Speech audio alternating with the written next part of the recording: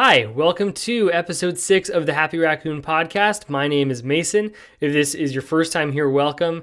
If this is your second or more episode, welcome back. Thank you so much again for tuning in. This episode's a good one. I have my friend Ben Ely on the podcast. He shares a lot of his struggles and victories throughout 2020. He opens his heart a lot to sort of what he's been going through. And he also shares some interesting things about his past as well, touring in a band that was an alumni of his school. Ben is an awesome guy. I really enjoyed having him over. He's a survivor enthusiast like myself. He's a fantastic guy to get to know. I hope you enjoy this episode. Again, if you want to learn more about why we podcast or learn more about this podcast in general, head to happyraccoon.net, again, .com.net. Head to happyraccoon.net to learn more about why we podcast, what we're up to, and what our end goal of this podcast is. However, if you're just interested in listening to this one, thank you again so much for being here. Enjoy this episode, and I look forward to seeing you guys next time.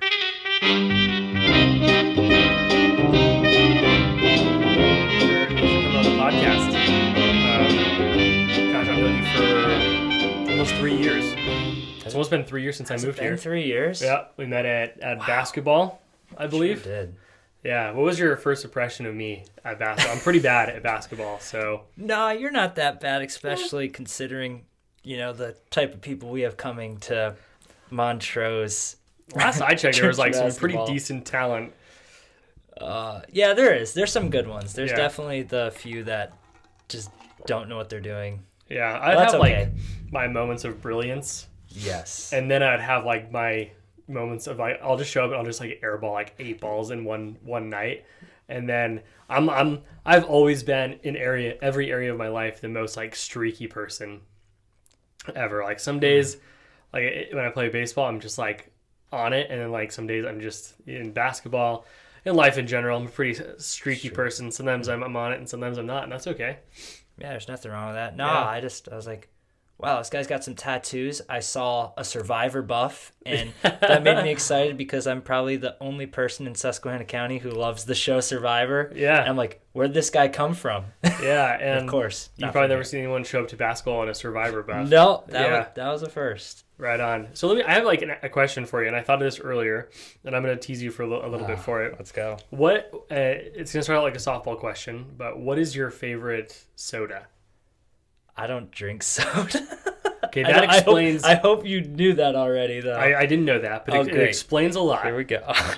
Okay, because a couple years ago, before COVID struck the United States of America and the world, we used to have Survivor party nights, and you would come. Yes. And everyone kind of contributes in some sort of way. Well, we normally make the snacks. One week I asked you to bring a drink. Now, do you know what you brought? I brought something. You brought a soda. I actually did. I brought a 2-liter something. soda, and it was the worst soda I've ever had. Do you know what you brought? Oh boy, what would I have even brought? It's almost disrespectful that you don't know what you brought. Pepsi? No. I figured I would have brought Coke or Pepsi or something. No, I brought something worse. You brought something that was so off the wall, and something that should not exist. Did everyone think it was weird? I remember Becca and I laughing about it after you left. Who even buys the soda, let alone brings it to a party? Because you think the normal response would be that when you bring a soda, you bring something super generic that everyone typically likes, like a Coke, a Pepsi, even Dr. Pepper, Mountain Dew. What did I bring? You brought Cranberry Sprite Zero. No, I didn't. Swear, you brought Cranberry Sprite Zero. Why? So it's like Diet Sprite with cranberry. And it tasted like the back of a possum's tongue. Well, I can tell you I didn't drink it, but maybe my thought was, it's cranberry. I like cranberry. Maybe. But I was so... I thought maybe it was like a regift. Like you guys hosted someone and they brought that one and you guys just brought it with you. Because I was like, how in the world is one guy who thinks I'm going to buy just one 2-liter thing of soda to bring to a group gathering? We had 10 people that would come Survivor nights at that point. True. And you brought Cranberry Sprite Zero. If I had to guess, I would say it was definitely a regift, but man, I could see me doing that maybe as a joke, like, well, I'm not gonna drink this. Let's see what that one, and just grabbing off the wall and be like, hope they enjoy it. It was. And we probably left it with you, didn't we? You did. Yeah. And it sat in the back of our fridge for like 6 months. And then I pulled it back out and then we laughed. I dumped it out through. Like, I think one person had like 1 cup of it. You should. I wish you kept it for me. I would have held on to it forever. That's the kind of stupid things I'll do. It was certainly the weirdest soda to bring. And I don't want to say that my opinion of you changed, but I always thought like Ben Ely's the guy to bring the cranberry Sprite Zero to the party. You know, I guess there are worse things that could be thought of me. Yeah, like there's like the guitar guy at a party who always whips out the guitar. That's usually me. And plays a song, and sometimes it makes everyone uncomfortable. Sometimes people enjoy it. And then there's the guy who brings the cranberry Sprite Zero, and then there's the guy who does both of those things. And that's you. Oh man, that is me. Wow, I'm the worst. You're not the worst. It's amazing I have friends. It's not the worst. Sometimes. You could have brought like celery. That would have been worse, I think. That wouldn't surprise me either. Like a veggie. When people bring a veggie platter, it's like, why? I like veggie platters. I like, you got like some really? ranch? Yeah, like carrots and ranch and carrots. Carrots are good, but everything else on there, who wants to eat broccoli? That's true. Peppers, like I don't. Yeah, I like peppers, but yeah, broccoli, that's a weird one. I like the little green bean pods or whatever. Yes, those are okay. They're a little crunchy if they're good. All right, veggie platters they're better than Sprite. Yeah, Zero. Sprite's fine. It's cranberry Sprite Zero. Cranberry. That's a problem for me. Coke Zero is really bad too. It's really bad. It's just bad. It's like Coke tea almost. That's great. It's pretty nasty, but yeah. But thanks again for coming on. I'm excited to have you on here. You're a really fun guy, and we used to hang out a lot more before the pandemic hit. Survivor Nights got canceled. Survivor hasn't aired in like almost a year, more than a year, I think. Winners at War, man. That was the last one. Yeah. And I watched it religiously. That's my show. I can't help it. I know you love that show. I love that show why. too. I've talked reality TV. Yeah, I think every episode thus far I've talked about reality TV. And here we are again, reality TV. Yep, I love reality TV. Have you seen 1,000 Pound Sisters? I actually, I'm an avid listener of this podcast. I'll have everyone know. Always, man. I'll stick on 1,000 Pound Sisters so I don't rabbit trail. But yeah, after I heard it and I heard I'm trying to remember exactly what she said to her. The one you quoted, it was Travi and Massa.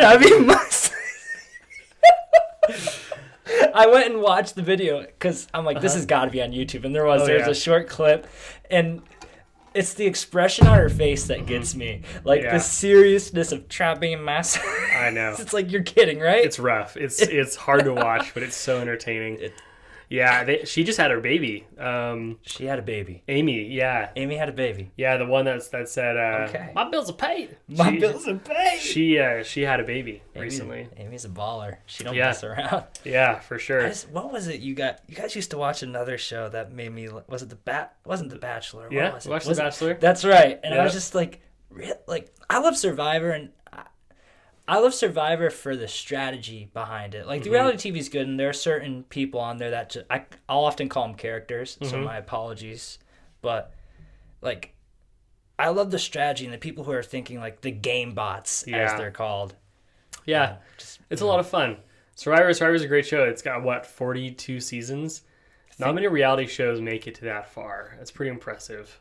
And I mean, is their formula really is there something unique about it, or like? I think so. I think that there's other similar reality shows like it, but when you take like a group of people from different backgrounds and you put them in a situation where they're starving and not sleeping on regular beds, and then you throw in the strategy of Survivor, which is to have relationships, but keep your enemies close, not too close, and then they've done a good job of mixing it up with different types of things. But honestly, I think the Survivor, it's been the contestants that have made the show so great. And so the casting person for Survivor is pretty awesome. Most of the time. There's some duds for sure. There are some duds of seasons. Yeah, but picking Russell Hantz out of a hat, or Tony. Boston Rob. Boy. Who was the last guy that was like the news guy?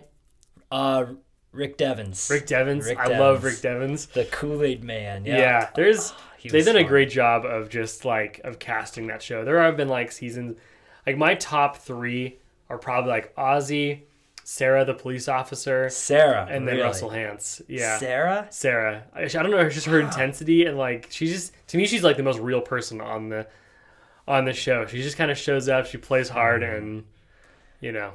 I mean, you probably already know I'm a Tony fanboy all Yeah, the way. I I know. love he's in your face and like it does get talked about enough, but the episode where he in Winners at War decided like, all right, it's time to play. I've been chilling, and boom, finds Turns an it on. idol, gets an advantage. Like that's the most hilarious sequence probably. Yeah.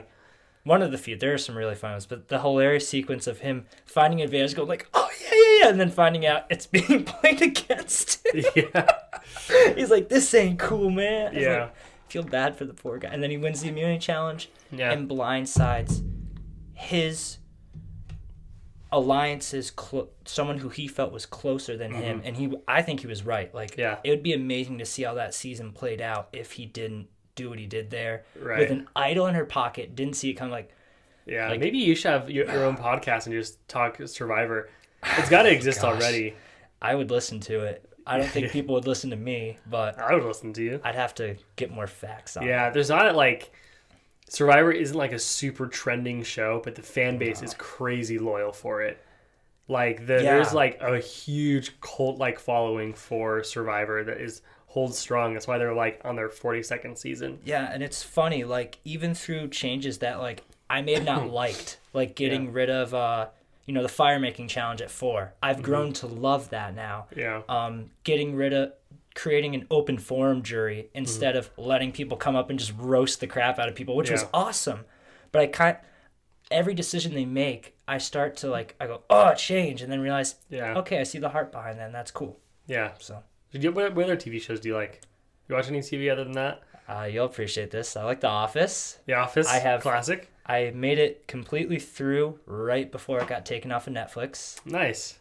and I've thought about getting Peacock, but Yeah, we have Peacock. that doesn't. It's only like $5. Do you guys buy it? Do you guys have them on like DVD? Like, is this stupid ass? Do you have them on like DVDs or something? Okay. No, we can't have anything physical nice like that because Haven will just destroy it.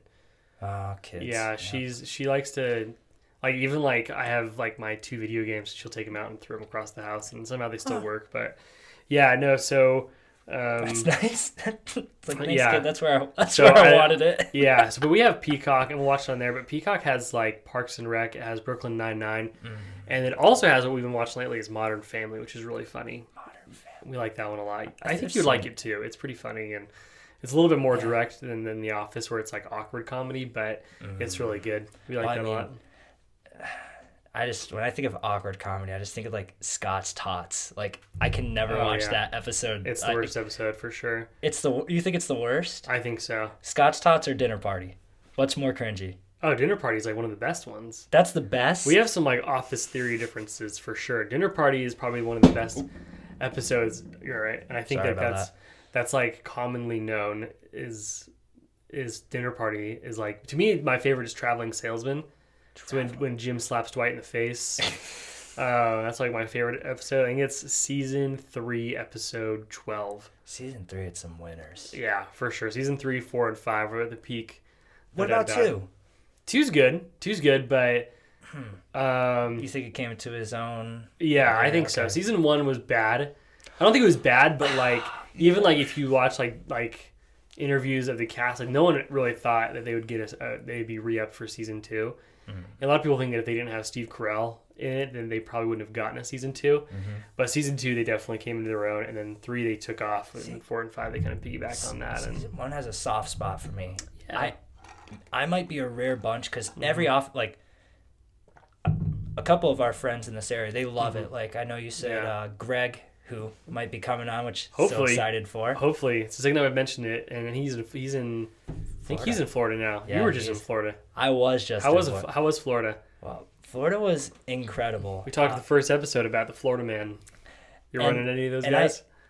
Surprisingly, no. There are a lot of Florida men down there, but they weren't the crazy ones I was hoping for. It was funny. That's another one that when you shared that, I'm like, what? No way. So I looked it up, and I wish I should have saved it because it was really funny. The Do you one remember for what it my was? birthday.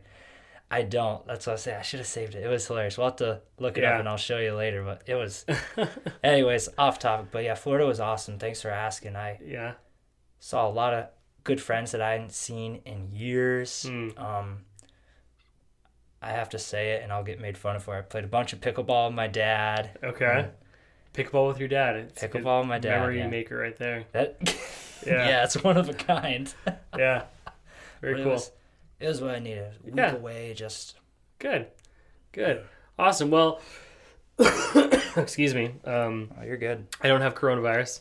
But yeah, that's all. That's great, man. Glad Florida was good. Yeah, we're hoping to get Greg Sheridan on here soon. He said he wanted to, but eventually. But anyways, let's talk a little bit more about you. So I know you as the guy from Church of Basketball, but also one of the worship guys at Bridgewater Montrose. When did you start leading worship? Man, that would have been. It's hard to say. So, like, I got back from my time at Word of Life in 2017. Yeah, 2017. Okay, what is Word of Life? Word of Life. Oh, yeah, true. Yeah. People might not know. So, Word of Yeah. Life is a Bible college Okay. that you can go to for 1 to 2 years. And then it's also a ministry. Word of Life is international, around the world, do a lot of different things. Obviously, with COVID, it's they've pulled back. And so, Sure. including an area that I was in, which was called Revive, which was an alumni band, I would travel around pretty much the country. Like, Wow. I visited, I think, over like 20 different states. I was told Oh. the stats and I forgot That's because great. that's what I do. I just forget things. But you were in the Revive band? I was in the Revive band. I actually Wow. almost wore that T-shirt by accident, and I'm like, nah, we're gonna change it up here. But yeah, Word of Life was awesome. I traveled for a year playing music. Didn't deserve to be on that team, but was. And Why didn't you deserve to be on the team? so it's funny when I was asked to join Revive by I was on just a singing team, and maybe I'll get to that story later. It's pretty cool, but the guy who asked me is like, yeah, I want you to join the alumni band. And in my mind, I'm like, okay, so I'm just gonna sing. I don't know what they're gonna be playing. I was a piano player, so I had a guitar with me, but I barely knew how to, like, I could play a G chord and a C chord, and that was about it. And so after a lot of time and thinking and praying, which a lot of time is a week, it really felt like that's where I needed to be. And so I told him yes, and then found out, hey, you're gonna play electric guitar. Oh. And I looked at him, I'm like, I don't even own an electric guitar. I don't own an amp. But I'll tell you what, man. I went out and I bought an electric guitar. Nice. I bought a pedal board and I went up there and I practiced. And I went up there and we played the first song. And it was Your Love Awakens Me by Phil Wickham. If you don't know it, it's really old. So up to you if you guys want to listen I don't to know. it. We actually I do didn't it by think it was that church. old, but yeah, I sang that song a couple times at church. You did? Yeah. You're stud Probably, singer. probably butchered it. Oh, nah. I always feel like, because I'm like self-taught in so many areas of my life, that I've been playing guitar for probably like, gosh, almost as long as like maybe 12, 13 years. Really? Yeah, but I guess I'm really self-taught, never really took lessons. Yep. And so like I have been playing for like over 10 years or so, and I have the talent of someone who's been playing for like 2 years, maybe. Yeah, I was going to say, can you do scales? Yeah, I know a couple of really? scales, but You're ahead of me. I can't do scales. okay, well, though I'm definitely not ahead of you, because normally at practice or at rehearsal on Thursdays before worship, there's like 30 or 40 minutes that are dedicated towards like, okay, let's give Mason a music lesson here. Oh, no. Explain to him and you guys let me sing a few times, and That was great. and luckily didn't like shut the whole church down, but Oh, no. as far don't as say that. No, but even then, like, you have to ask me like harmonize. I'm like, I don't even know what harmonizing is. I just know that it's supposed to sound good. But anyway, so I'm sorry, you kind of got off track there. So you joined Revive. Yep. As an alumni band. You guys like toured and did churches, or? Yeah, we toured churches, schools. Wow. We played like outside venues. I had no idea. That's pretty cool. Yeah, we even this is my flex, I guess. We went to Bermuda. Oh, so wow. I got to go to Bermuda. Very awesome country. Way more proper than America. Like we're rude. Like, Really? It's so funny going there and realizing how rude we are as Americans. Even like the polite people, like they're like partially polite there. Wow. Like, they're just so proper. But it was so cool experiencing a different culture, being around different people. Like, I loved it. And did you guys put on like your own show, or do you guys open for someone, or? so we did our own show. I mean, like, our biggest outing may have been like a couple thousand people, if that. Like, our biggest outing was probably singing the national anthem at a hockey game. What hockey game? I think that was actually for the when we came to the Binghamton Reverb. I might be wrong on that. Don't quote me on that, but I know we sang for one of them, and it was a train wreck. I love that team. We all loved each other, but I visited three members from that team when I went down to Florida. Oh, okay. And we sat, two of them, a boy and a girl. Have to clarify, I guess, but they got married, and so we're just sitting there and we're just laughing at like how childish we were, and like, did we really fight about this and that? And like, it was all year. There are so many strong personalities. I'm so off topic. I'm sorry. No, that's okay. I mean, I had no idea. So did you guys end up like breaking up then? Is that kind of you're getting at? Well, or? There are a lot of almost breakup moments there. Yeah. It was bad, but I think to the glory of God, for me, I learned from that. Yeah. And I'm still you learn every day. You learn every day definitely. from your mistakes, and I look back on that and I do my best now to implement a better follower mentality, because when someone's in a leadership role, like, yes, there does need to be times where we say like, hey, this is off, like, what are you doing? But I think a lot of times God calls us to just not be a thorn and to follow. I think it's in Hebrews. I couldn't tell you the exact verse, but I encourage you guys to look it up, and you'll see that God's going to hold them accountable for leading, but he's going to hold us accountable for how we followed. Yeah.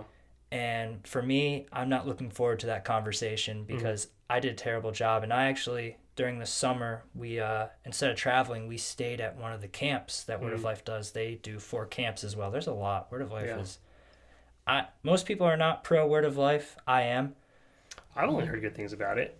Yeah, from some people don't like the rules, but I mean... Yeah, I know it's a little more on like the legalistic side of things, but that's okay.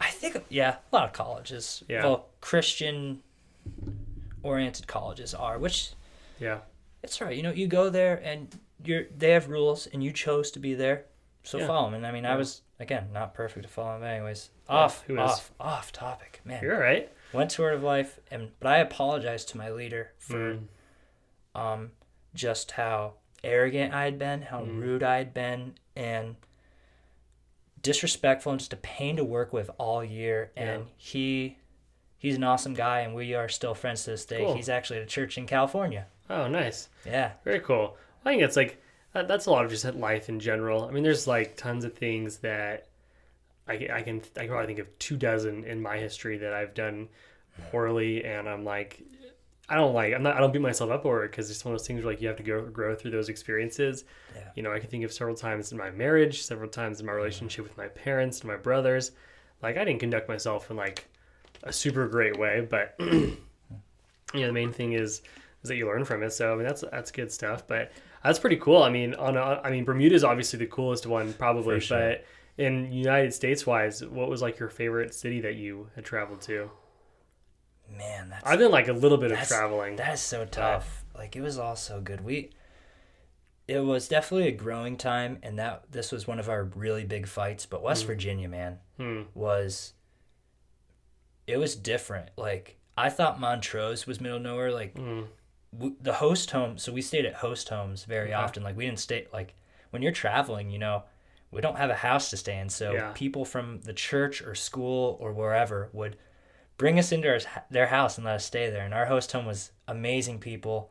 I don't have contact with them anymore, unfortunately, but they lived on a 1-lane dirt road. Wow. I never in my life had seen something like that. And we actually lost a day of school to snow. And the next day the roads were still pretty questionable at best. And we're driving in, and there's another car coming, and it's down a hill. And I'm just sitting there like, so this is how it ends. I'm going to die in West Virginia on the road. There's better places. There's worse places to die than West Virginia. You know what, there are. But like, the school was awesome. And I don't know if it was much the town or just the fact that like the ministry that happened there was so awesome. There are some really great kids there who are still chasing after the Lord, and like I look back at our time as a team, like we had a pretty big fight that was actually because of me. And the fact that our team like continued growing together and just, so this is pretty bad to say, you know, my favorite town was because of this, but it really was like, Yeah. and I mean, every town was beautiful. Like Maine was beautiful. We went out to Alabama, and that was really cool. I loved being down south. Southern people, so much nicer. Like, Yeah. You like them? yeah, they're just nice. Like Bermuda's proper and polite. Southern people are just nice. Because, I mean, you can be proper and polite, but I feel like there's like that passive aggressive, like, oh, bless, like the Southern bless your heart. Like, it's done differently in Bermuda, but like Florida, they're just kind and welcoming, and like they always wanted to hear our story. And yeah, I got, if you ever, one day I'll just share some of the funny stories from there. There are some good ones. We were dying laughing thinking about some of the stuff that happened. Cool. Do you like traveling? Like being on the road? I think I do. Is there a reunion ever going to happen with this band? A reunion? No way. We I hope they listen to this podcast, and they would definitely be in agreement that like, oh, it'd be a nice thought. And then like if we did it, it would be so bad. I mean, a lot of them are married now, and just like we're all in pretty much different states except for the two that are in Florida. But you know, they're in college or worship leading and in college and career in California. Okay. But it's so good to be in contact with them. And yeah, that's good. For now, I got the church band, which is where we were talking about at one point. Yeah. Right on. That's what podcasts are, man. We dance around, we talk about various different things, but very cool. I had no idea. So you were at Word of Life. How long were you at Word of Life for? So I was there for a year at school, and then I was there for a year traveling on this alumni band. Okay. And like I was going to say, being on the alumni band, like, it grew me as a musician. Like, I learned so much. And, I mean, we played every day. We played and sang every single day. And, I mean, I would spend a lot of time, even though I thought I was going to play piano, didn't. But I still was like, I love piano. It's my instrument. So I would go. Where we stayed, it was Word of Life Campground. They had a building that had a piano in it. I would sneak in, and hopefully I'm not going to, like, regret saying this. I'm not worried about it. But I would go and just play the piano for like hours. I wrote a couple songs in there just from being on that piano, and and so leaving there and then coming back to Montrose, where I've pretty much lived my entire life. You know, I had an ability. Not an ability. I'm trying to think.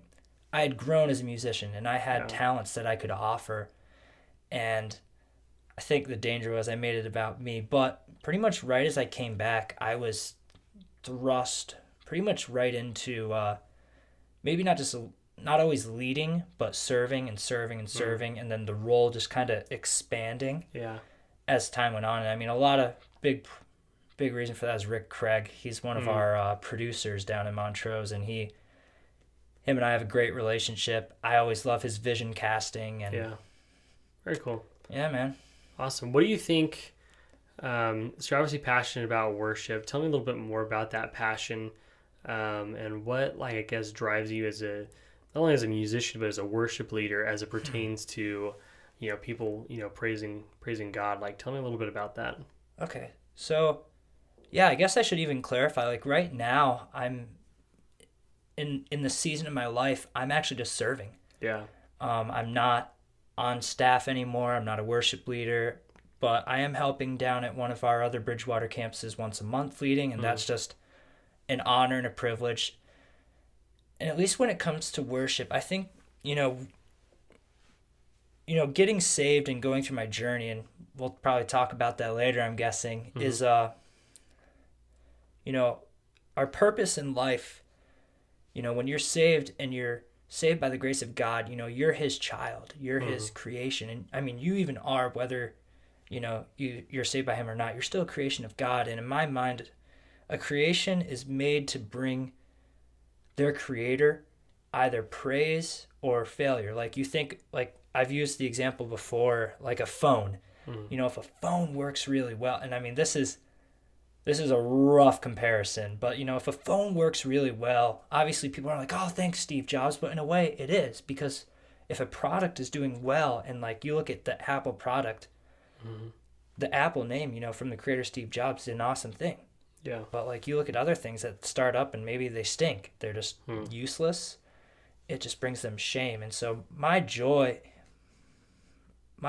comes with worship and knowing that, okay, God has created me. He has given me a gift and a passion for singing. And I want to use that to bring him joy. And I think for a while I missed that. And I'm starting to grow. And I think it's a never-ending process of growing and learning that,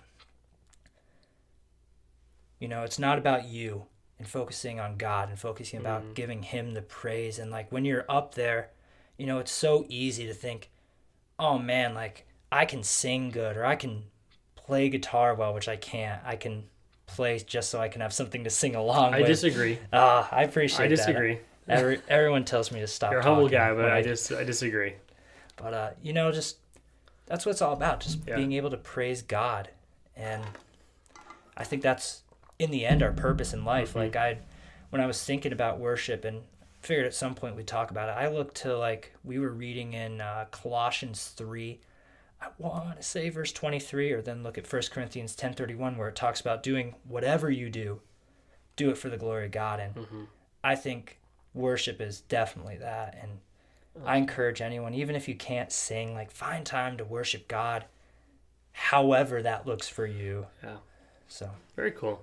Yeah. Awesome. So let's go back a little bit further, and tell me a little bit more about your testimony and how you came to know God, and sort of like, I guess, where you ended up, how you got here today. Tell me about pre-Word of Life, after Word of Life. You know, whatever you feel is important.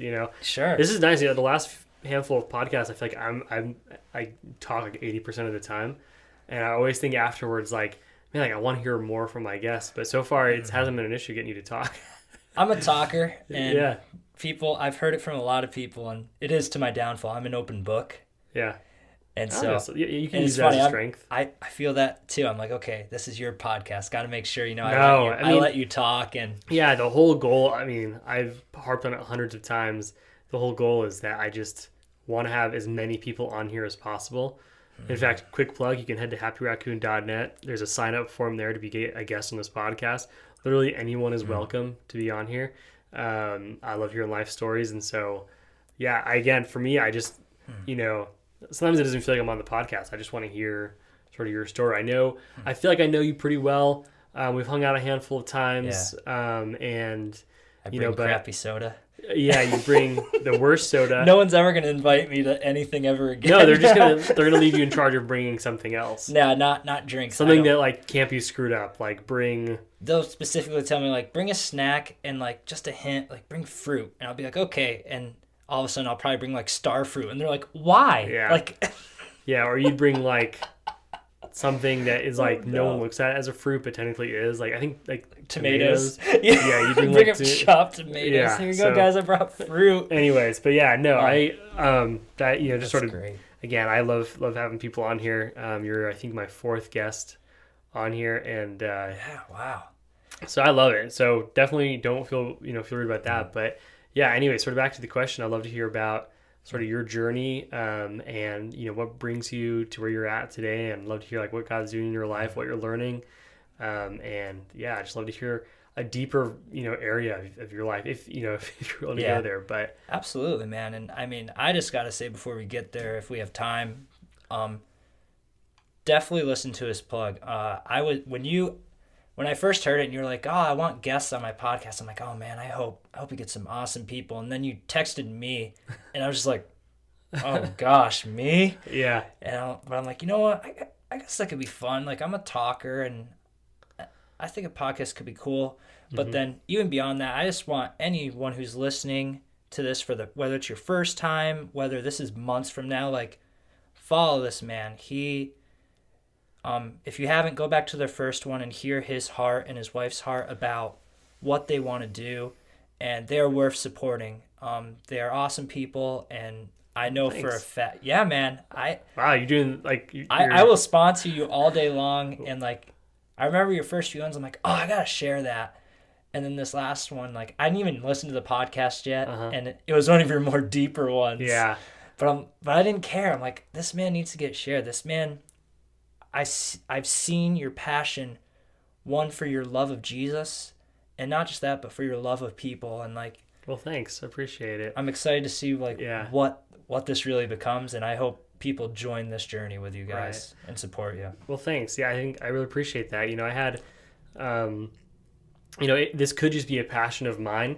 And if it is, then this podcast will probably see very little success. But, one of my biggest passions is people. And I think that everyone has a story to tell. And, I had one person, I've gotten some criticism and constructive criticism from various people on my first few episodes. But one of them was, and I won't say who said this, but they said like an hour and 20 minutes talking to someone, like you're not interviewing Billy Graham is the exact term.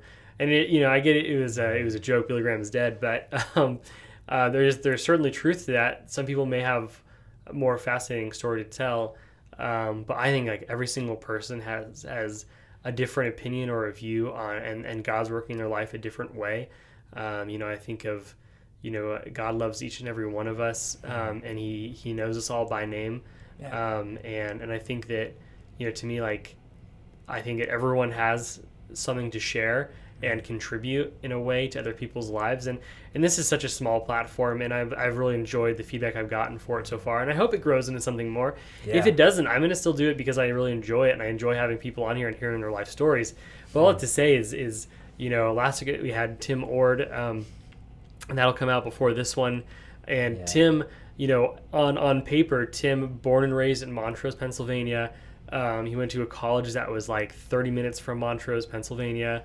Hasn't seen much outside of Pennsylvania, but he has a ton of perspective on various different things, and he has an opinion on things that, common, uncommon, whatever. I just loved hearing it. And so all I have to say is that I really appreciate you saying that. And again, it could just be my passion, but I think that everyone has a story to tell, and I'm just super appreciative to be able to hear yours and hear anybody's. So yeah, again, if you're interested in being on the podcast, so I haven't gotten too many people reaching out. I've had to do all the reaching out so far, and that's okay. I'll continue to reach out. I have a handful of different people that I've reached out to that are vaguely interested. Some people I need to poke out a little bit more and talk them into coming on, but my mother-in-law won't come on. I'm trying to get her to come on. But her and I have fantastic rapport. We just I asked her these ridiculous questions and she laughs. But my mother-in-law has a fascinating story, and she, similar to you, in her earlier years, probably around the same ages that you were, she was traveling the country on like a singing group, and she has just like all sorts of interesting stories. And so I need to keep teasing her to get her on. But anyways, all I have to say, let's get back to the subject at hand. Appreciate all that though, Ben. That was really nice of you to say. And but anyways, tell me a little bit more just about what God's doing in your life, what brings you to now, and give me a little bit more insight to your testimony. Yeah, let's do it. So, gosh, where can I begin? I guess I'll begin right before I got saved. I guess I'll state this. I grew up being raised by a single mom till I was about 8 or 9, and then my mom remarried to my stepdad Jim, who I will never call stepdad, only because I have to clarify. He's my dad. Awesome guy. I don't know if you've met my dad. I don't think so. Yeah, he's a basketball stud too. Is he? Yeah. Has he ever played on Monday night? Nah, he plays in there used to be an old man. It's all right. I'll call it what it is. It used to be an older men's group that played on Thursday. I walked in on one of those groups. Yeah. I walked in on Pastor Brett Bixby. That's the group. Who is in far better shape than everyone else. And he just like dribbling circles around all of them. And it reminded me of this one guy I knew. I'm sorry to already take it off subject. Let's go. This one guy I knew. His name was Chris. Chris, you know who you are if you're listening to this. How you doing, brother? But Chris elected to play on the baseball league. He elected to play with the younger group when he was like an in-between age, where he could have played with like the high schoolers, or he could have played with like the junior hires. And he was, I think, a freshman in high school, but his age was more of the thing. So he elected to play like under, and so like he was taller than every kid. He destroyed everyone. He was the best in the whole like league for that age group. And he was like, you could have played with So I walked in on Brett Bixby, Pastor Brett. Shout out to Pastor Brett. Just Yeah, like definitely. destroying everyone in this old. It's like him who's like he barely makes a cuss. He's probably like 53 or something. Yep. Maybe. And then everyone else is like in their late 50s and 60s in a lot worse shape. Oh, and yeah. he's just like destroying all of them. And I was like, what is this guy doing? Yeah. Show up to Mondays with like the young group because that's where you belong. He's in great shape. I like watched him play a little bit and I just like laughed to myself like, what in the world is going on, this guy? You know, it's funny because someone has to run it, and that's Brett. And Brett is really an inspiration. It was funny going through the questions and seeing, what inspires you. And I'm like, I can't say Pastor Brett, but I will. Brett gets outreach so well. And, they always have a good group there. My dad's one of them, and him and my dad are pretty good friends. But, man, they compete when they... Yeah. My dad's getting there. He's pretty fast for his age. He's running a lot, and so he's in great shape. But I digress. Anyways. My dad's the man. Okay. He's a great So guy. Yeah, so I'll get back to my story. I literally cut you off like before your story even started. Got it. So keep going. No, that's amazing. I love rabbit trails. We'll go on some more here soon. Yeah, we call them raccoon trails here. Raccoon trails. Yeah, Yeah. that makes sense. I like Yeah. that. All right, go ahead. Goodness gracious. Yeah. So that happened. I mean, being raised by a single mom, I didn't realize how much it affected me growing up, but it did a little bit. And to any single moms out there, thank you for what you do. My mom is the most loving mom you can find, and I think any mom is, but man, when you're raising a kid on your own, like there's just a different level that comes with that. You don't have help. Yeah. And props to you guys for doing what you do. And I'm thankful for her, thankful for my dad, and stepdads who come into a role of just raising their kid, who maybe not be biologically theirs, but they are, and they treat them like they are. And as you know me from basketball, I would not be like, if you guys, for those of you who are just listening and not watching us from YouTube or wherever else, if you looked at me, you would not think I'm a basketball player at all. And I'm okay. I'm nothing special. Depending on what gym I'm in, I'm pretty good. But if you looked at me, you'd be like, no, not that kid. But thanks to my dad, that's my hidden talent along with random other things. But anyways, just shout out to parents who are doing their thing. But I went off and on to church as a kid. We would go up to a church in Vestal, Cal Tab. I don't know if you're super familiar where that is. I think I played against him in softball. You probably have. Yeah. That's right. The church softball league. Church softball league. Nothing where testimonies are lost every day. Sorry, it's true part. though. It's true. Watching like a couple of like 50-year-old, 55-year-old, old men get heated about softball, yelling at each other and the umpire. It's the reason I show up. It's the reason I show up. I find that hilarious. It's the best.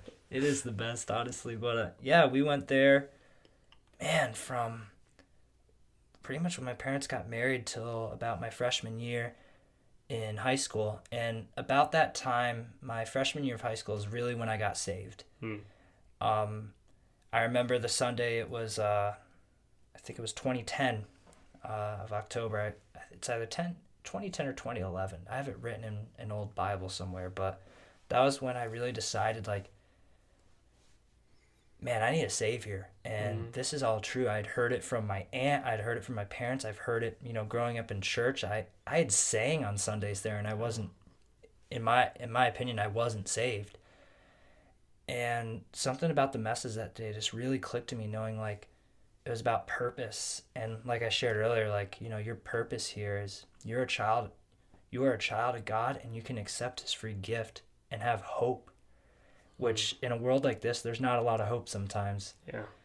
And it just clicked with me finally, like, wow, seeing everything I've seen, being in this world, and even still to this day, I cling to that and knowing, like, there is a God out there, and he does love you, and he cares about you. And in his scripture, he came and was rejected by us and died for us. And it just changed my life. And I mean, things weren't perfect from there. Like, freshman year was a really rough year to anyone who's been in high school. That was my freshman year of public school. My decisions were not great, to put it mildly. You know, we all do it. We all make Yeah. mistakes. And that was probably my biggest learning year of going, okay, figuring out like, okay, I'm saved. How do I act it? How do I live it? And then most of the times failing because you're young. And, you know, had a couple things happen where I got caught doing this or caught doing that. Had the mouth of a sailor and got that found out by my parents, and they were less than pleased. And and then learning from that. And so from there, I actually transferred to a private Christian school my sophomore year at Ross Corners. I think we've probably talked about that. Love Ross Corners. Yeah. Yeah, love Ross Corners. No one from, pretty much nobody that was there. Nobody that's there now was there when I was there. There's probably a few. But my time there was amazing. A lot of, again, like Word of Life, I've heard a lot of mixed reviews. But for me, I give them a big thumbs up. It shaped me. But it was funny going there. Like, I went there, you know, thinking like, oh, it's a Christian school. You know, it's all going to be Christians. And, like, everyone's going to be, like, carrying their Bible around. Like, hey, look at this verse I found. And then I get there, and my, like, first day, people are, like, staring me.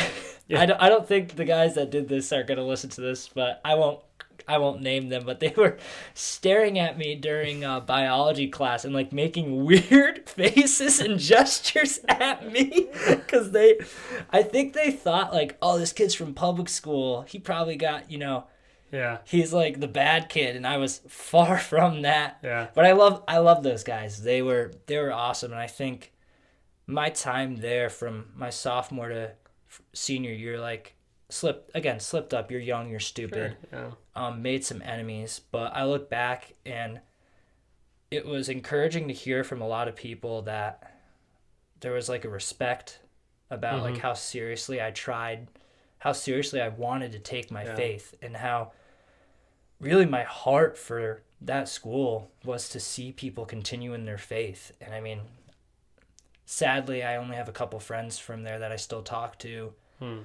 But that time really helped cement me better. And then you would think that's where I went to Word of Life, but it wasn't. So my dad wanted me to do community college. So I went up to SUNY Broome. You're probably familiar with that. SUNY Broome? Yeah. They wouldn't want me shouting them out. I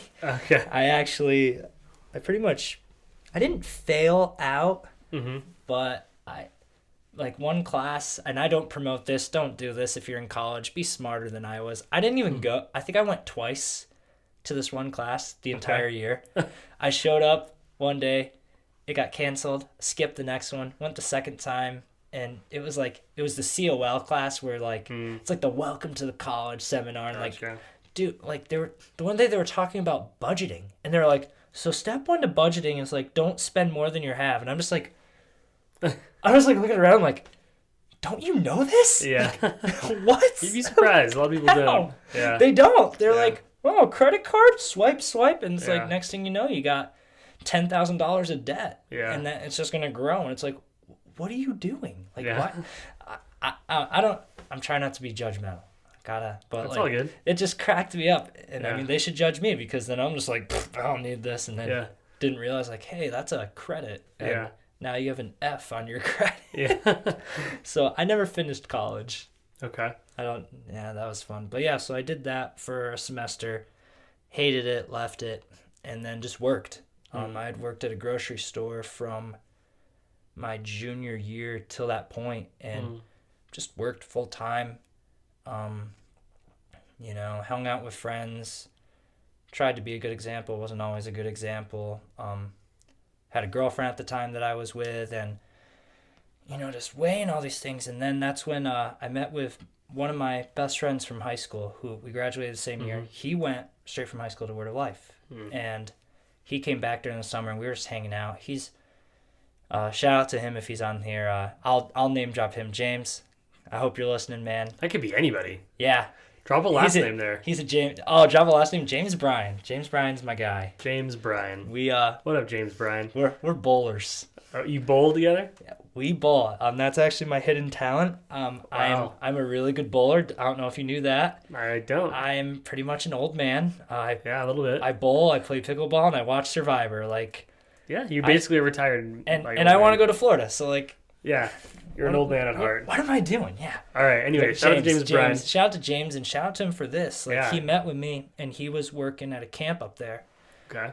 And, you know, he's, like, stressed from all that. And he's just like, you know what, man? You should go to Word of Life. And I'm like, listen to him. I'm like, dude, you just did nothing but complain about it. And he's like, yeah, but it is really good. And you should think about going. I'm like, dude, I'm not going to Word of Life. Mm. And it just stuck with me. That was in July. And I don't know, that whole month I was just thinking about it. I'm like, what else am I going to, what am I doing with my life? I'm working at a grocery store. Mm. And finally, I just came to the conclusion. I'm like, you know what? Let's do it. I told my parents, I'm like, I want to go to Bible college. What do you guys? And my dad was like, why? It's a good question. Why? I'm like, because I always wanted to go to, at the time, Baptist Bible College, which then became Summit, which then became Clark Summit University. Right. And that was my goal, was actually to go there. And I was like, I can go up here. Obviously, community college was not a win, but I can go up here, get Bible credits, and they all transfer. Yeah. So I'm like, let's get it. And so I did. In a month, I put an application together. The admissions team there, Anna, she was awesome, and we would make jokes about me. She's like, oh, I love people like you that, apply late. And so I went, and it was a really great year. Gosh, so many stories, music stories that just really shaped me. And I mean, it's funny, I actually looked, when I was with all my friends, I just looked back and, get bummed out about what I missed out on, like being selfish or just like missing the mark. But it was a great year, learned a lot. Charlotte for Revive.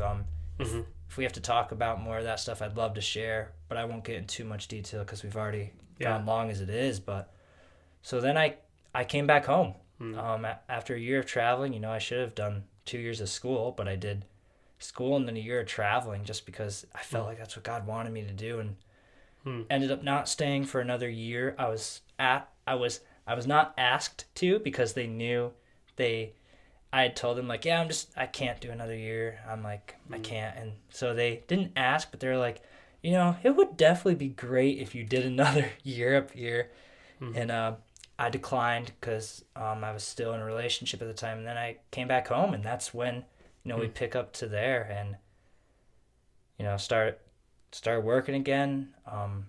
Got involved in the church. I actually interned at Bridgewater. I don't know if you knew that. I did, yeah. Yeah. So that was fun. I interned for a couple months. Got engaged. It was...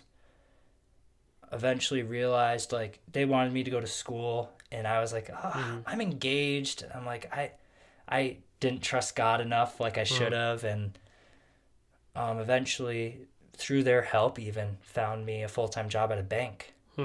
And got married that August, and journeyed through that. Just was married, was working at a bank. Eventually, a couple months after I got married, I believe it was in October, started leading. I was another worship leader at Montrose. There were two of us. I definitely tried to play a more assistant role to that. That's just my nature. I'm a little bit passive, which is weird to be a passive extrovert, because I am very chatty, as you can probably tell. But so I was just living that life, and I think, looking back at that time, and I think about it a lot now, I grew very complacent, and complacent Christianity is scary, because that's where you just fall into the path of, I'm saved and I'm trusting God, when you really aren't.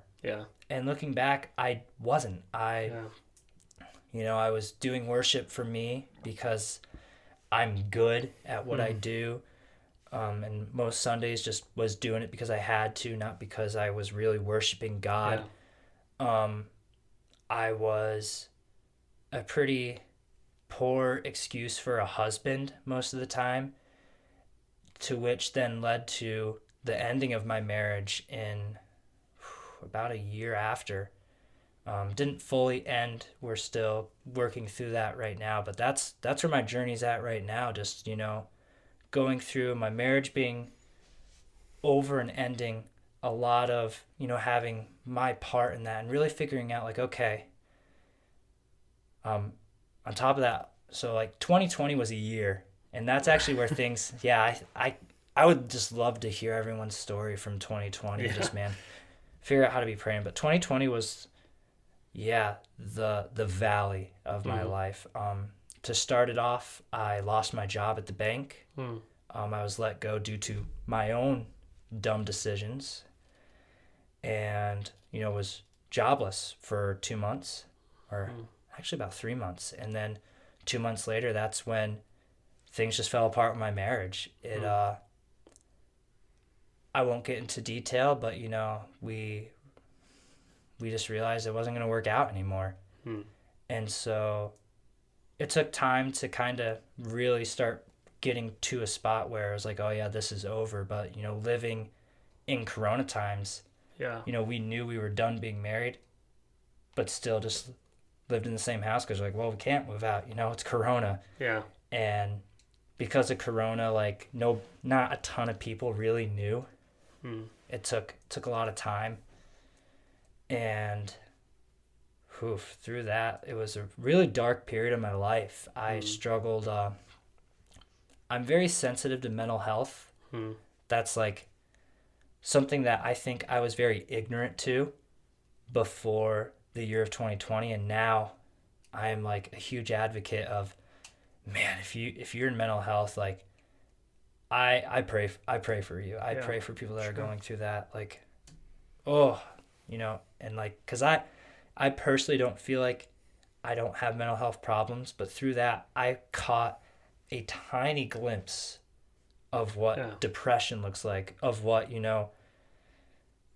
I'm trying to even think of the word now, like what that to have like no confidence, to be, I'm trying to think of the right word. I think you're explaining it well. Yeah. And just feeling like nothing. Because at that point, all that happened. 3 months later, I did get a job. I started working at Dollar General. Nice. Slowly, I was told like, oh, it'll be like 20 hours a week. I impressed them. From my time at Price Chopper, I had a pretty decent work ethic. And in a matter of a month, I was getting 40 hours a week, was a key holder, and they had bigger plans for me. And like I said, it was just awful. Through my marriage crumbling, that it was a toxic household for both me and my estranged wife. And like, I just didn't want to be there. Like none of us wanted to be there. Neither of us wanted to be around each other. And so I got a job working nights at Price Chopper. And so I was working anywhere between 30 to 40 hours at Dollar General, and then turning around and working 3 nights a week at Price Chopper overnight, and just just working, getting my mind away from it. Did that for a little while, and then in, I think it was June, Price Chopper, the grocery store that I had worked at when I was like in 11th grade, offered me an assistant grocery manager position there. And I, it had been a job that had been offered to me before. And I decided, I'm like, you know what? I'm going to take it. Where I was at in life, I felt like I could do it. And so I did it. And it was great. I got to know a lot of people there. I was pretty well liked. And yeah, I had a big moment where I went on vacation in July, and through that time of just getting away, having time to think, spending a lot of time with my good buddy Brendan, and my dad and my grandma, I finally decided it was time to cut the string and move out of the house that my wife and I had bought. So I did that. Went through a really dark time there. I look back and there were so many awesome people in my life. I look at, these are just names. Like, no one's going to know them, but I look at guys like Tim Stevens, who still to this day is just such a important person in my life, who just pours into me day after day. And I'm a huge advocate for, if you don't have someone in your life who's like getting involved and pouring into you, you need it. You really, really need it. And I'd shout out more people. He's the big one. I love shouting people out, but like, get people in your life. It's so important. And like, I can't imagine. I took a dark road during July to probably about early November-ish, where it was bad and I wasn't making just not making wise decisions. I was sad. I was hurt. Yeah. About a week of moving back to my parents, I felt like a loser. I was working I was making okay money, but I mean, I was at a grocery store. I was working 2 to 10:30, second shift, and then I would go home, play video games, sleep until 10, and like I just felt like a waste. Yeah. I wasn't seeing many of my friends. Thank you to the ones who I did get to see through that time, and it really it felt very dark. And then man, I found the job that I'm at now. I work for a water energy company called C2G Energy Solutions. Shout out to them. Yeah, shout out to them always, man. I love shout outs. I'm going to take a sip of water. Yeah, go for it. Just talking a lot. Oh, yeah. Yeah. But, yeah, journeying through that, it was funny. I got to tell the story of me getting hired there. All right. I don't know if I've shared this to you. So I was actually working at Price Chopper, and I got a call from my old boss at the bank, Josh Edwards, cool guy, great dude. And he's like, hey, I got a potential job for you. And I'm like, well, I have a full-time job right now. He's like, well, why don't you hear it out? His name's Jesse Bonas. He, he's working with his company. It's a really good opportunity for you. I'm like, give me his number. I'll talk to him. And so we talked, and like, I knew his dad. His dad goes to our church. Mm-hmm. And I guess they liked me. I had helped his dad out with things at the bank. Okay. And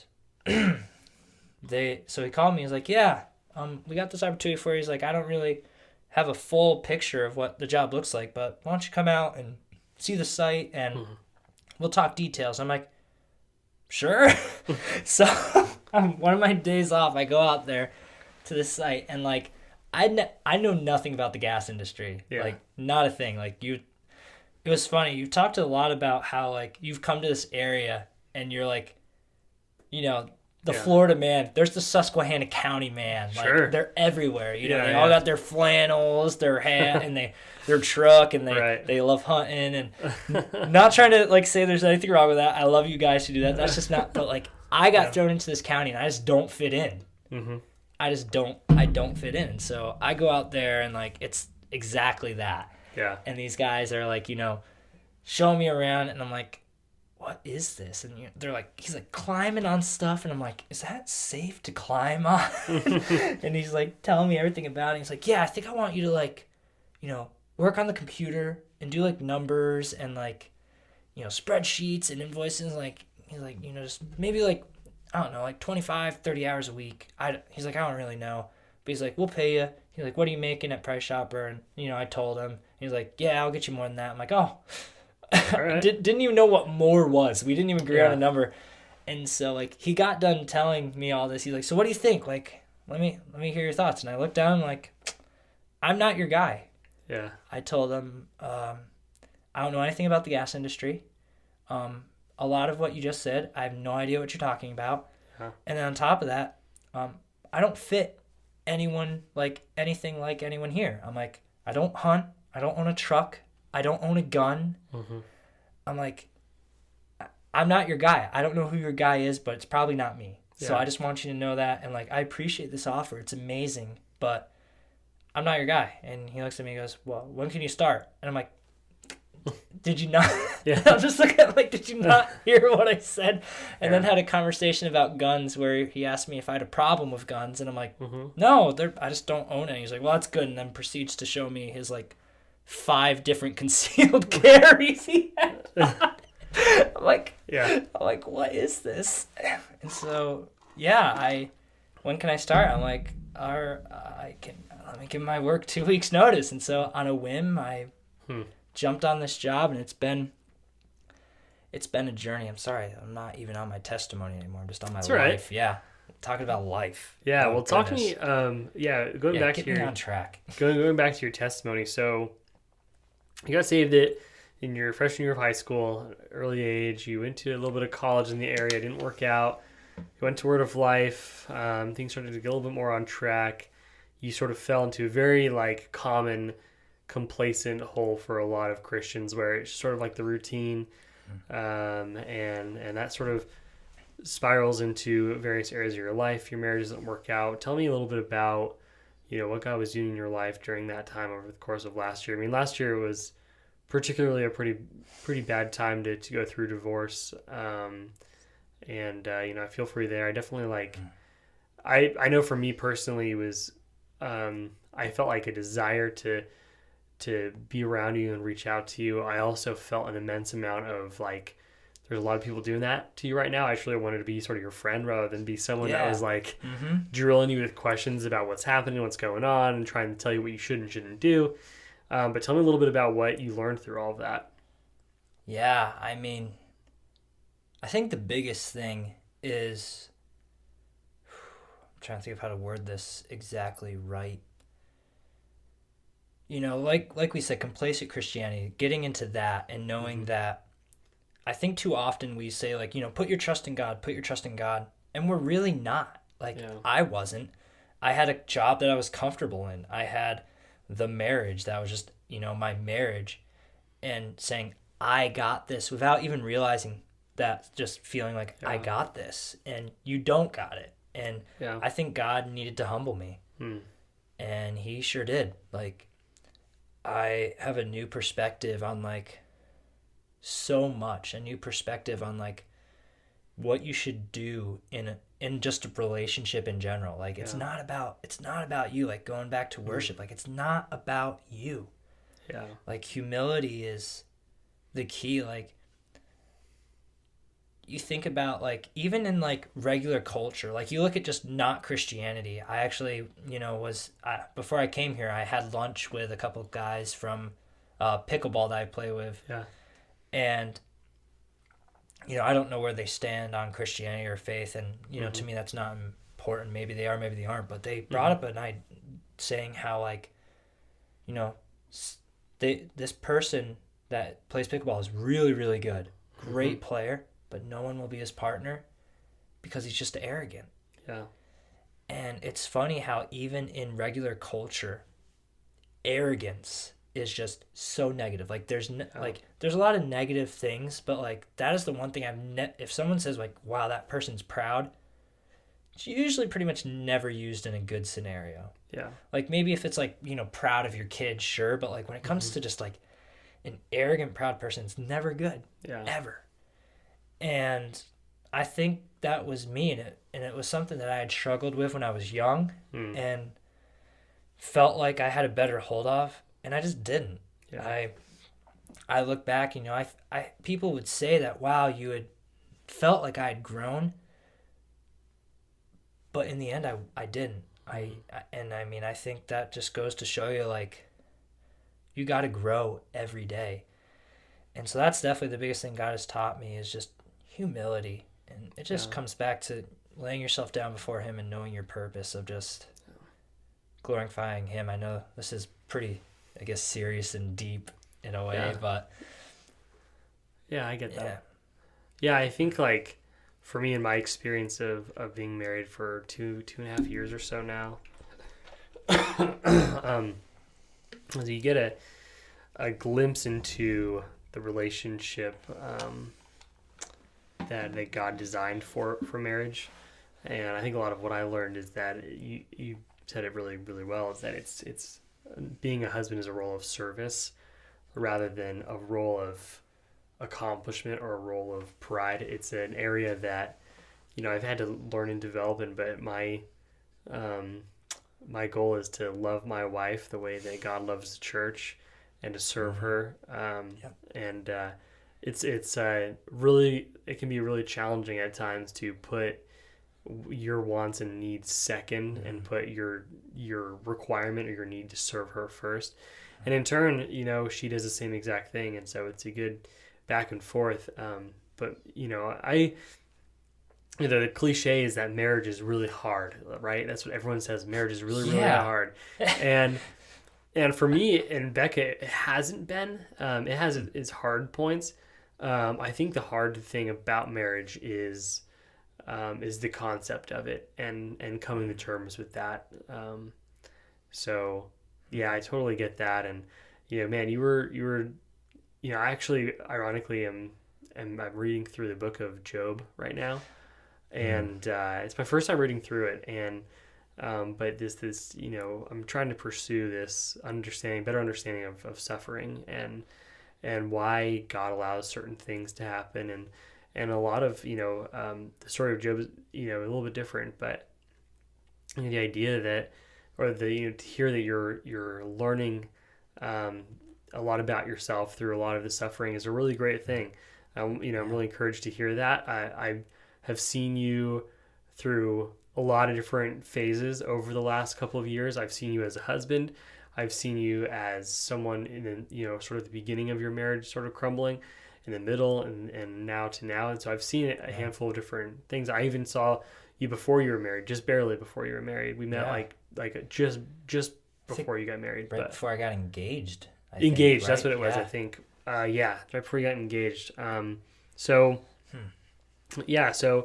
I'm definitely just encouraged to hear, that you're growing in that area, because, that's a really great thing. I think that, the whole, I've only read through the first handful of chapters in Job, but the whole message really is that, Job had a lot going for him. He was a man of God, and he had a lot of wealth. Back then, wealth was centered mostly around livestock, but he had an immense amount of wealth, a healthy family. He was a well-respected man, and he was also a man of God. And God essentially gave permission to Satan to rip his life apart. And he's a really good example of a man who his life was ripped apart, and he still worshipped God, and and God delivered him from all of that suffering. I think that was sort of the whole point of Job's experience, is that he was tested in a way that I think a lot of people are, in that to be delivered from a certain situation and still praise God afterward. So I don't know. I guess I'm happy to hear where you are now. I'm encouraged to hear that. I'm certainly excited for what's next for you. I know you mentioned earlier that you're toying around with the idea of moving. Who hasn't, that has lived in this area? When it's snowing so late into the spring, and you owe it to yourself to travel. Like, I think of Tim. Like, Tim needs to get out. It's funny that you talk, like, for those of you who know, I feel like a lot of people you're going to bring on here, not a lot, but I feel like some people you'll bring on here, like, they'll talk about, like, oh yeah, I know Ben, or I know Tim. Like, Tim's my barber. Like, that's where I get this wonderful cut, in case anyone was wondering. That's right. Shout out to Tim, and if you don't like it, like, I guess let him know he needs to do a better job. No, it looks good. Tim does a great job. We talked a little bit about, he laughs and he said, like, one of the first things he noticed about everyone is their hair.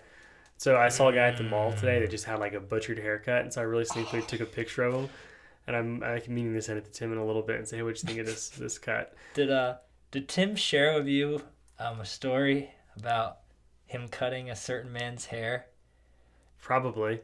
And it's a certain man that he I won't tell. It's his story to tell. I hope he tells it. But okay. We laugh about it every time I come in. He threatened. It was funny. We were doing a youth event, and ironically, Greg Sheridan came up with the game. So Inception here going on eventually. But he basically, all it was just like a free for all tackle event. Like, your goal is just to hurt people. Like, if you cross into someone's side, their goal is to tackle you, so you go to their jail, and then your team has to come rescue you without getting tackled. Yeah, that's what they're doing in youth group these days? Yeah, this is what they're doing in youth group. Like, what is wrong with them? And so I had the wonderful privilege of doing it twice. So there were 2 slots for junior high, because you're not going to have a 6th grader out there against a senior. But I mean, I would pay to see that, to be honest. Right. I think it would be hilarious. Yeah. I miss, like, did you go to, this is going to be a stupid question, did you go to youth group? As a kid? Yeah. Right. Oh, yeah. So what was it like? Did you guys have like 6 to 12, or was it like split, the way it should be, 9? I went to a couple different youth groups. There were a couple different nights of the week. One of them was too small. There was only like 9 of us at a really small church, and it ranged probably from like 6th grade up to high school. And so we would play like minute to win it games from that TV show, Minute to Win It. Oh yeah. And so we'd play all sorts of games like that. We'd mostly just kind of mess around. It was right next to, because this church was right next to a liquor store. So all 8 of us, youth group kids, we'd all go over to the liquor store, and we'd get See, they don't really have these places here. In California, you can go to like a liquor/convenience store where they sell all the things that you buy at a gas station, like candy, sodas, all the things that you love in junior high. But it's a liquor store. But it's a liquor store primarily. Oh. So it's like Leo's Liquor, I think it was called. But we would go over there and we'd buy like candy and soda. And I think that like this guy's like best customers, Leo, if that's the owner, his best customers were like these 8 youth group kids I think it was Tuesday nights. We'd go over and get candy, and I remember on like church events, like Thanksgiving church, I'd make him a plate. I'd go bring him a plate of Thanksgiving dinner to Leo. Wow. Anyway, shout out to Leo. Yeah, thanks, Leo. Dude, you're the bomb, man. Yeah, thanks but so candy. I've done the. That's funny. I don't remember how we even got there, but I've done the youth group games. But so like, this tackle game. So Tim was actually on the opposite team of me. Okay. Tim lay you out? No, okay. I neither of us got laid out. But so what happened was I was trying to get into their zone to steal a ball, and Tim was in my way. And like I'm looking at Tim, and I know like Tim's a little bit bigger than me. Like I think you got some weight on him. I might have a little weight on him. You got some muscle on him. But like it'd be a pretty even match. Maybe he doesn't think so, and if not, I don't want to find out. I would love to find out. I'm not a violent guy. That would be a great segment for this podcast, is to have an arm wrestling match. No. I want each of my podcast guests to fight each other. Greg would win. How he hasn't been on the podcast yet, so he doesn't get to fight. But if he does, I've had it forced as a quick tournament, a quick 2v2, and then the champions fight each other. I think so far, probably gonna go with Mervin. Yeah, the Amish guy. Yeah, Mervin's gonna win. Mervin's a stocky dude. He's an Amish guy, so he's got some like that muscle. Muscle, yeah. And I think Mervin cleans up there. I think. How are we on I think this? John probably gets second. John probably comes in last. What? Yeah, sorry, John. I love John, but John's too nice of a guy. I gotta get you to meet John. I love John to death. John is I'd like to too nice of a guy. But also he just wouldn't care enough about the fight itself. He'd probably just like let it all go down and then be done with it. I gotta say, if we're gonna fight, I want him to wear the robe.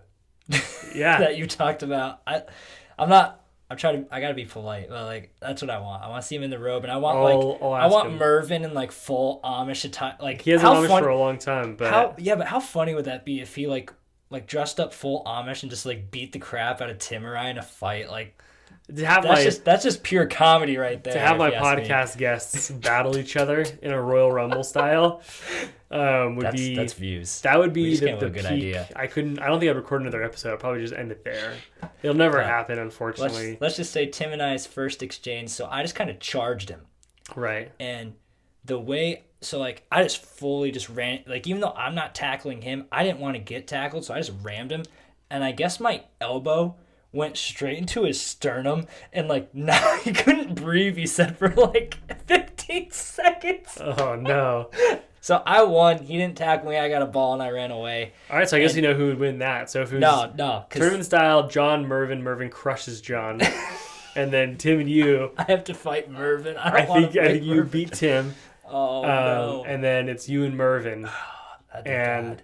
Mervin Stoltzfus, my guy. Shout out to Mervin if you're listening to this. I love that guy. I think he torches you. Yeah, no doubt about it. Yeah, Tim. You get the silver medal. And Tim told me he would he's gonna botch my haircut for that. So yeah. There you let's go. just say there's a funny story. You'll have to ask him off the air here about him and his hair cutting routines. I won't spoil his secrets. All right, I will. Gosh, how did we get to Tim? We went all over the place, but we should probably wrap this thing up. We've been going for a while. No doubt about it. But Ben, thanks so much for being on. Thanks for being my friend. Thanks for everything you do. Mm-hmm. You've been through a lot in the last year. I sympathize and I empathize with you for that, but I'm also just, not from a higher level, but just from a brother, I'm proud of you. I'm excited for you. You have a lot going for you. You're a very talented, lovable person, and I'm excited to see what God does in your life next. Appreciate that, man. Yeah, thanks for coming on, and we're going to give that a wrap. Episode 5, I think this will be. Episode 6. This will be episode 6. But thanks so much for listening. Appreciate it. Bye, guys. All right, that'll do it. That was a fun episode. Yeah, I'm a talker. Probably an hour. Hour and 20. Oh, let's go. Bob's gonna be Bob's gonna cry. Yeah. He's gonna be like, you let Ben talk that much? Hey, wanna know what's awesome? I just got prayed for 51 minutes ago. So, Nice. and it was prayed for by a Bixby. So Brett Bixby? No, Avonlea, his oldest daughter. Yep. There you go. So you know that was just blessed.